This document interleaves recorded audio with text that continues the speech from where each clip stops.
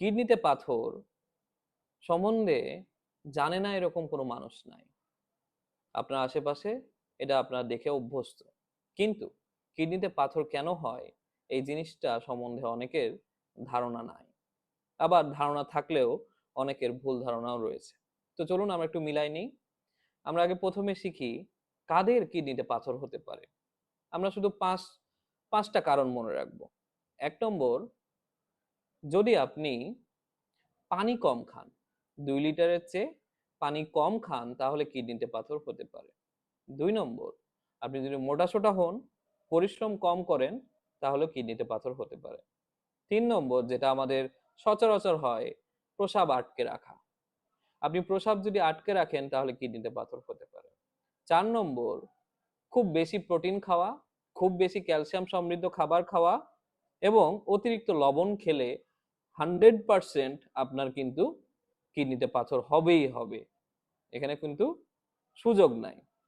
আর last হচ্ছে, আপনাদের পরিশ্রম যদি কম হয়, হাঁটাচলা যদি কম হয়, তাহলেও কিন্তু কিডনিতে পাথরটা হয়ে যেতে পারে, যেটা কিছুটা ওই যে আলোচনা করলাম মোটাসোটা মানুষের সাথে সম্পর্কিত। এখন চলে আসি তাহলে কিভাবে বেঁচে থাকতে পারি। তাহলে এগুলো থেকেই বেঁচে থাকতে হবে। পানি প্রচুর পরিমাণে খেতে হবে, প্রোটিনযুক্ত খাবার পরিমিত পরিমাণে খেতে হবে, ক্যালসিয়াম পরিমিত পরিমাণে খেতে হবে, খুব বেশি লবণ খাওয়া যাবে না, প্রস্রাব আটকে রাখা যাবে না, শাকসবজি খেতে হবে, পরিশ্রম করতে হবে। এখন কথা হচ্ছে, ভাই হয়ে গেল কেমনে বুঝবো? সেটা হচ্ছে, আপনার এই যে পিঠের পেছন দিকটা প্রচন্ড পরিমাণে ব্যথা করবে এবং ব্যথাটা সামনের দিকে চলে আসবে, তারপরে ফুল পেট ছড়ায় যাবে। তাহলে যদি এরকম হয় তাহলে বুঝবেন আপনার কিডনিতে পাথর হয়েছে। প্রস্রাব করতে যেয়ে দেখবেন প্রস্রাব হঠাৎ করে আটকে গেছে, প্রস্রাব আর হচ্ছে না, ওই পাথর আটকে দিয়েছে।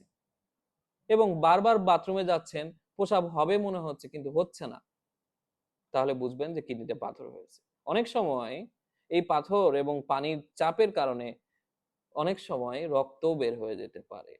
তো যদি প্রস্রাবে রক্ত যায় তাহলেও কিন্তু বুঝতে হবে এটা কিডনিতে পাথরের লক্ষণ।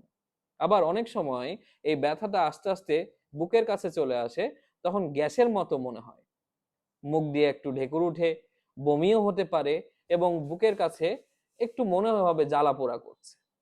তাহলে আপনি বুঝে যাবেন আপনার কিডনিতে পাথর হয়েছে। তো কথাগুলো মনে রাখবেন, ভালো থাকবেন। আল্লাহ হাফেজ।